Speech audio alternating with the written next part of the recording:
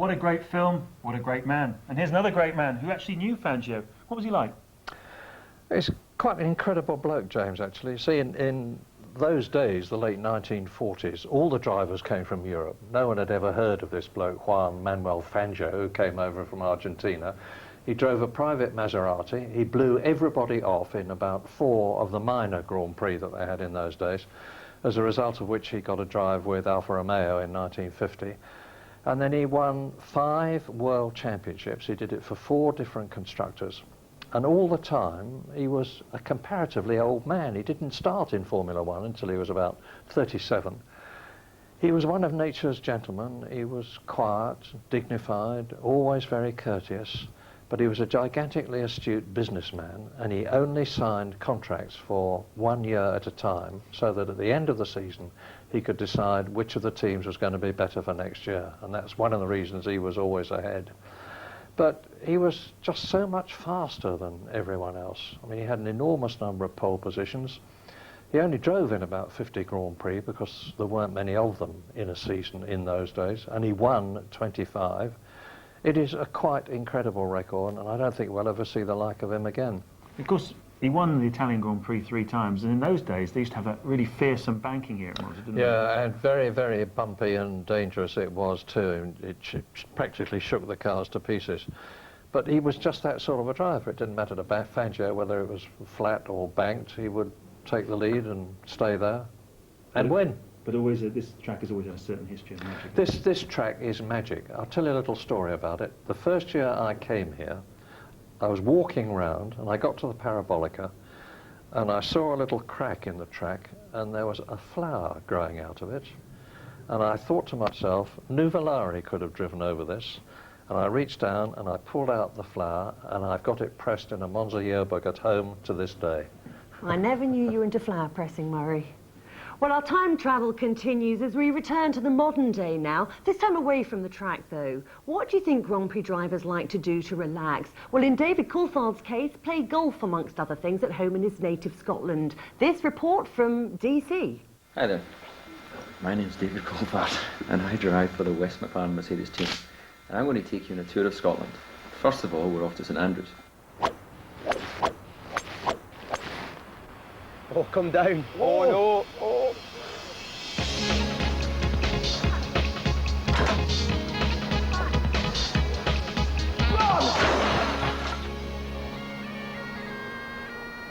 It's great to be back in Scotland.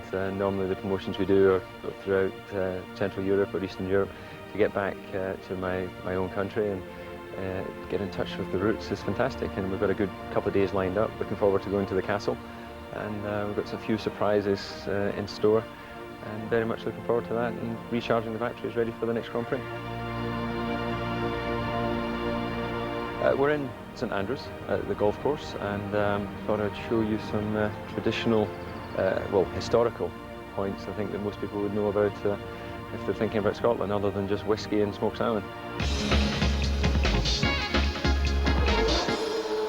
This is the first time for me to be at the course. The only Grand Prix circuit that shares a similar setting, I guess, would be Monte Carlo. There's good parallels, actually, between Monaco and St Andrews, because both by the sea, both have a great history.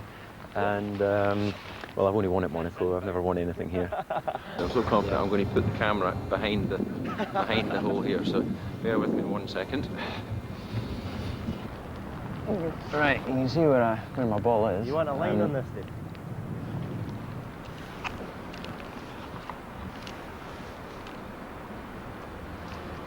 Yeah, I hit from that one. What? Say well done or something. I don't believe it, he's holding. Thanks very much, thank you. Enjoyed it, thank you. Well done, David. Good putt. Beauty, I won. Now to your favourite part, the 19. Yeah. There's a great deal of tourism here, obviously, so that brings people from all over the world. Big university city, so again a lot of young people, a lot of pubs and clubs and restaurants, and there's a real buzz and good atmosphere. And I've been coming here for the last 10, 12 years for New Year and some celebrations.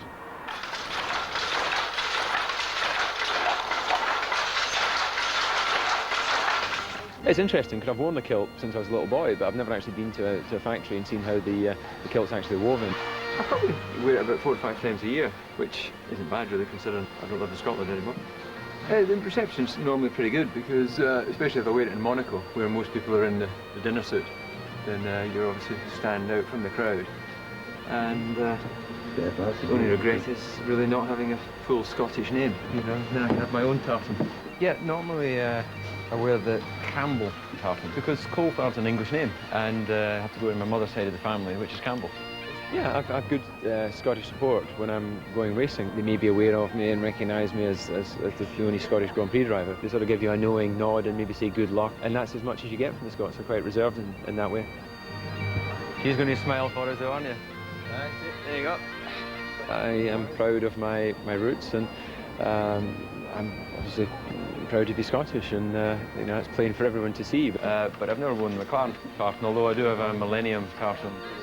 I did organise a McLaren kilt for Ron Dennis, so he has that kilt, and he did wear it to the Autosport Awards one year, so he's an honorary Scotsman. There's a lot of hard work putting the kilt on, so I appreciate the effort that ladies go to when they get dressed up. Sorted? Absolutely. David, very happy to give you this McLaren tartan kilt, 21st century kilt pin. Keep you safe and kilted for the future. Excellent, thank you very much for that. You've got to say it's pretty stylish, isn't it? So that's symbolising the lightning bolt evolution of the kilt into the 21st century.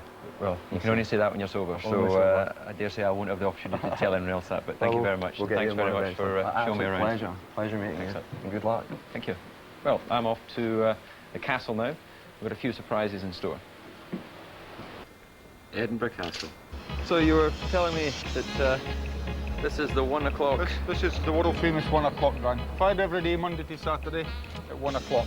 Never fired on Sunday, Christmas Day and Good Friday. And many people ask us why 1 o'clock. Well, we're in Edinburgh, the capital of Scotland. If we were to fire at 12 o'clock, it cost us 12 shells.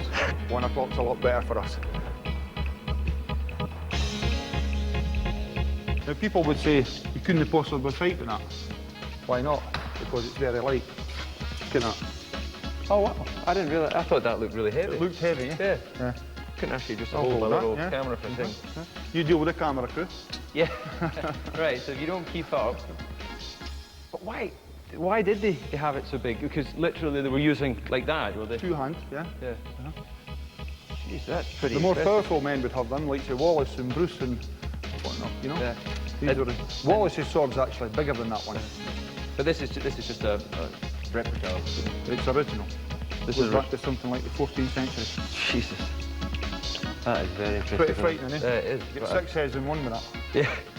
Thank you for being able to actually hold it. Was it just lean against the wall now? Yeah. Hi, David. Hi, Sam. How are you How are doing? you? Good. I've been hearing a lot about you, so... Oh, I've heard a lot you're about you, obviously a David. famous man in Aye. these parts. So they tell me. Yeah. And yourself? Yeah, good. Looking forward to seeing you do your thing with the gun. Well, I hope I didn't get you too big a fright. I'm sure you've had many a fright in your life. Good. Right. Okay. Well, I'm going to get changed into my racing suit, so it'll make a nice picky when you're doing that. So if you'll excuse me, Right, I'll go and do feel that free. now.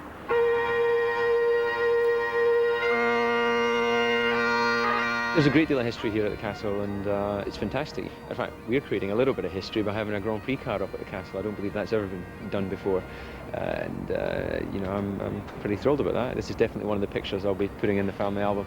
Well, Tom, you're obviously a popular man here. You've drawn a bit of a crowd.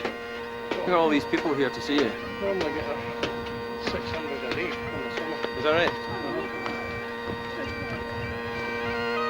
Right, I'm very conscious of the fact, right, we've got, at what time do you make it actually? Because I've got, 12:48 and let me just check your, 27.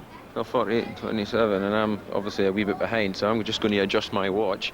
Grand Prix driving is all about the clock. It's all about timing. And what Tam does there with the firing of the 1 o'clock gun is obviously very important, and I was conscious of the fact that hopefully when we were sort of obviously disturbing his normal routine, it wouldn't affect the firing of the gun. Right, Tam's just about to load the gun.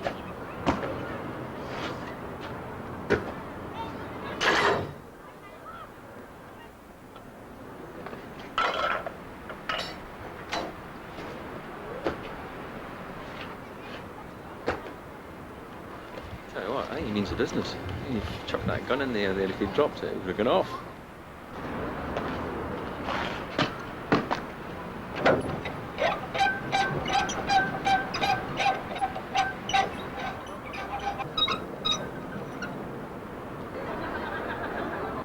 hope that nothing happens to Tam in the next 30 seconds, otherwise I might need to pull the trigger.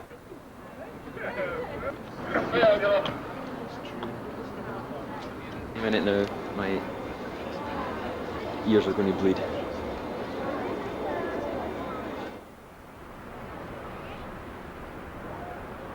Okay with that?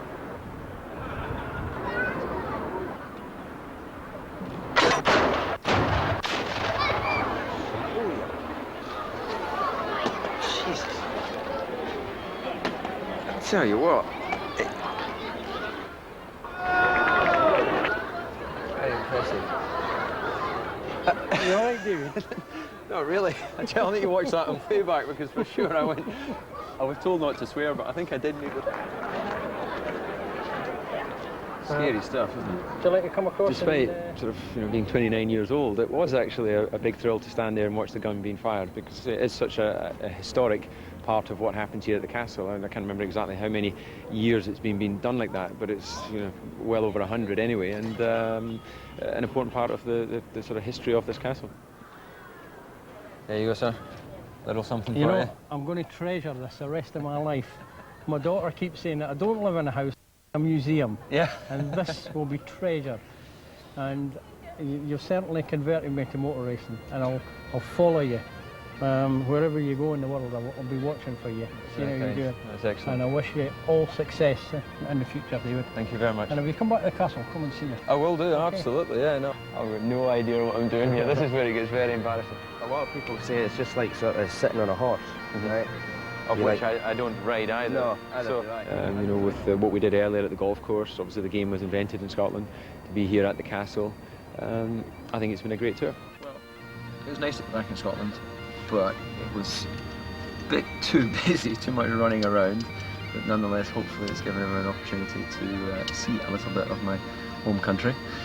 And we were a little bit lucky with the weather. We know that. It didn't rain.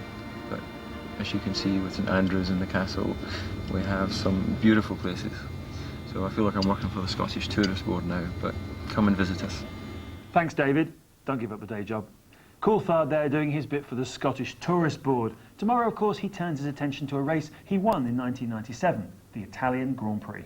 DC, a winner here at Monza a few years back, but can he do it again this weekend? That's one of the questions we'll be considering when we have a look at the season so far. Coming up next.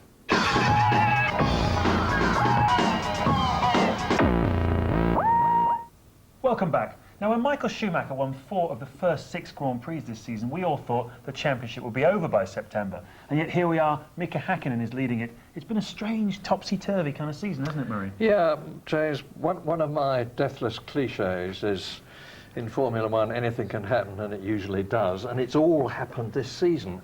I mean, if you look at the championship realistically, there's 3 people in it and have been all the time. Michael Schumacher, David Coulthard, Mika Häkkinen, and I'm ruling out poor old Rubens Barrichello. They've all lost points. You see, Mika Häkkinen lost 20 points in those first 2 races with engine problems. He's lost probably another 10 for one reason or another subsequently. David Coulthard's lost a lot of points. He had a wing infringement in Brazil. He's had a couple of bodged pit stops where he came in too late, and he's had another problem as well. But Michael Schumacher, poor old Michael Schumacher, has lost a minimum of 40 points. Suspension at Monaco, burnt out by the exhaust pipe. His engine gave up the ghost in France. He punted off in Austria, punted off in Germany. So if, which is Formula One spelt backwards, Michael Schumacher had had all his points, he might have been leading the championship now. Outside of the top 3 contenders, I think one of the biggest stories for me this year, particularly from a British perspective, has been Jenson Button. What have your thoughts been on him? I've been absolutely amazed, Louise. He's 20 years old, 19 when he came to Formula One. His maturity, his common sense, his equanimity have absolutely amazed me.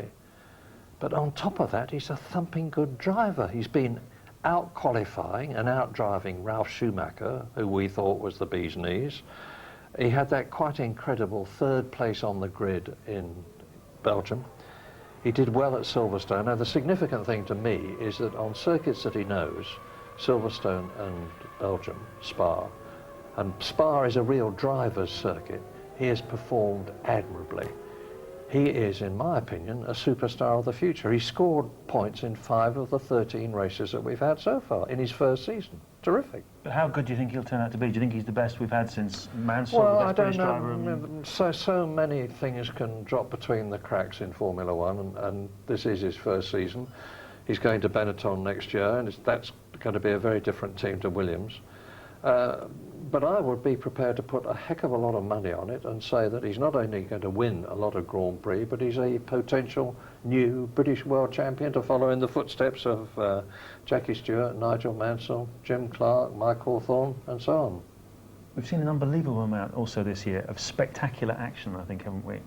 I mean, weird things happening, but not least, I mean, everyone says you can't overtake in Formula One, and yet we've had some of the most amazing overtaking. David Coulthard overtaking in France, overtaking Michael Schumacher, and doing it very, very forcefully indeed.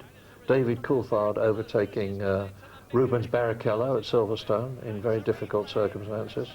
And of course, the overtaking manoeuvre in Spa. Yeah, which amused me. I mean, I'm accused of being a Schumacher lover, but I have to admit that the first move that Mika Häkkinen made on Schumacher, going up to Les Combes, the right-left, was, shall we say, vigorous, sturdy, certainly was. But the way Mika grasped his opportunity as they came up to Ricardo Zonta and dived on the right when Schumacher was going to the left, and Zonta has subsequently said that he didn't go to the right because it was damp there. So Mika Häkkinen took his courage in both hands and dived through. And talking about forceful manoeuvres and making the most of your opportunities, let us not forget that not once but twice, 2 races in succession, Mika Häkkinen has started off the front row of the grid and been in the lead by the first corner by diving between David Coulthard and Michael Schumacher and Jarno Trulli on one occasion. Those are incredible starts that he made. Oh, dynamic, weren't they? Even he thought they were fantastic. Yeah. And when you bear in mind that they're balancing 800 horsepower on a hand clutch with very little movement, you know, I have to admit that in a situation where I have always said Michael Schumacher is head and shoulders above everyone else, there's very little in it between the two of them now, between Häkkinen and Schumacher. Do you think the power balance changed, though, with that pass in Spa? Do you think psychologically that's made any difference to the way Schumacher approaches Häkkinen? There are people now saying that Michael Schumacher is over the hill, and in previous years he wouldn't have let Häkkinen do it to him. And he was undoubtedly very surprised when Häkkinen passed him on the right at 210 miles an hour, 50 yards from an 80 mile an hour corner. No, I don't think the balance has changed. I think that Schumacher is still better, but not as much better as he used to be. Where do you stand on the whole issue of Schumacher starts and those blocking manoeuvres, as David Coulthard called them? I stand sturdily and forcefully in support of Michael Schumacher. I think a lot of lily-livered people are being very negative about what is a forceful sport. I mean, Michael Schumacher himself said recently, what are we doing? Are we sitting around drinking cups of tea or racing? And they're racing. I mean, when Nigel Mansell did exactly the same thing to Nelson Piquet at Silverstone in 1987 in the Williams, he was a national hero, and we've talked about it ever since. But it's the evil Michael Schumacher that's doing it that make people start to doubt it. I'm all for it, and long may it continue. It is motor racing. There's been an enormous gap this year between the top 2 teams and the rest, hasn't there? More than last year. If you think about back to last year, the Jordan was up there towards the end, he won a couple of races, but it's a second a lap, Murray, between the Williams, sorry, the Ferrari and the McLaren and the rest of the field. Yeah, incontrovertibly true, but 'twas ever thus. If you look back over the years, I mean, there's been a long period when Williams totally dominated. In 1988, McLaren won 15 out of 16 races and would have won the 16th if Senna hadn't been driven into by Schlesser. We've had Ferrari dominating. The Formula One ebbs and flows. It is flowing in the direction of McLaren and Ferrari at the moment. But in a year's time, Ferrari are going to lose a lot of their star people, and they're going to be in trouble, and they may be down the mine.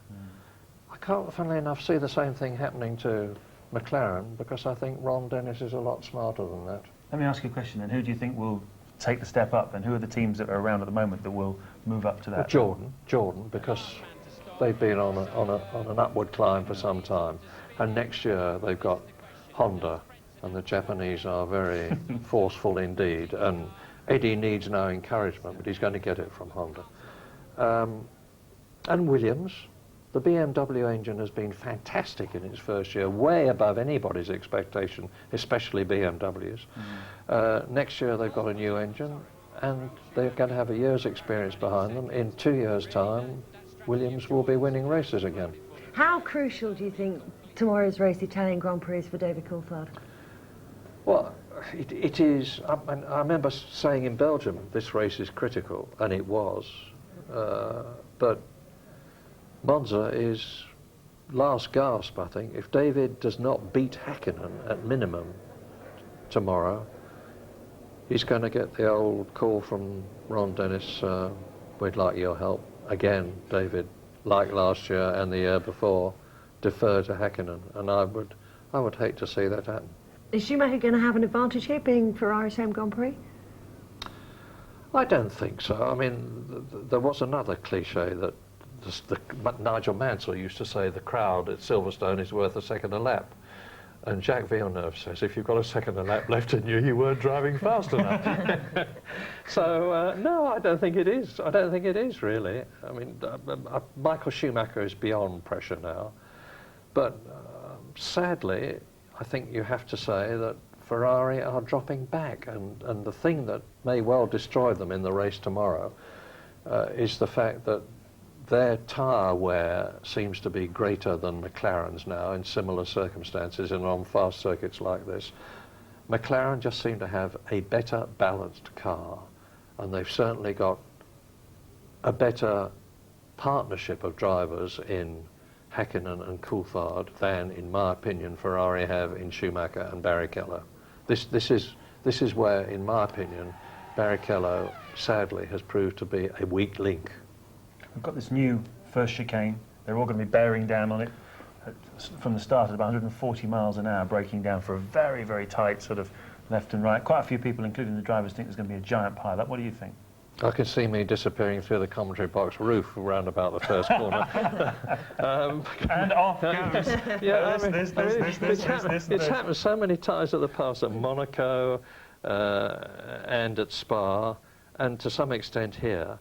But if you look at it, the new corner is virtually a right angle. And Schumacher said this afternoon, he said, well, it is up to us drivers to be disciplined about this sort of thing.